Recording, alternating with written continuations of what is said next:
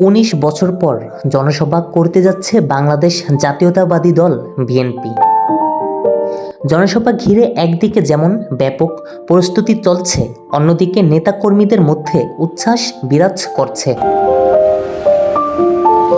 দ্রব্যমূল্যের ঊর্ধ্বগতি রোধ, আইন শৃঙ্খলার উন্নতি ও জাতীয় নির্বাচনের রূপরেখা ঘোষণা সহ বিভিন্ন দাবি আদায়ে বিএনপির কেন্দ্রীয় কর্মসূচি অংশ হিসেবে আগামী সোমবার গোপালগঞ্জ শহরের পৌর পার্ক মাঠে এ জনসভার আয়োজন করেছে জেলা বিএনপি।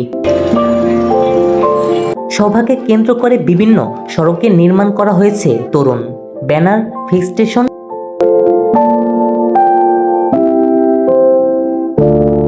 জনসভায় প্রধান অতিথি হিসেবে থাকার কথা রয়েছে বিএনপির ভাইস চেয়ারম্যান আসাদুজ্জামান রিপন ও প্রধান বক্তা হিসেবে থাকার কথা রয়েছে কেন্দ্রীয় বিএনপির সাংগঠনিক সম্পাদক ফরিদপুর বিভাগ শামা ওবায়েদের।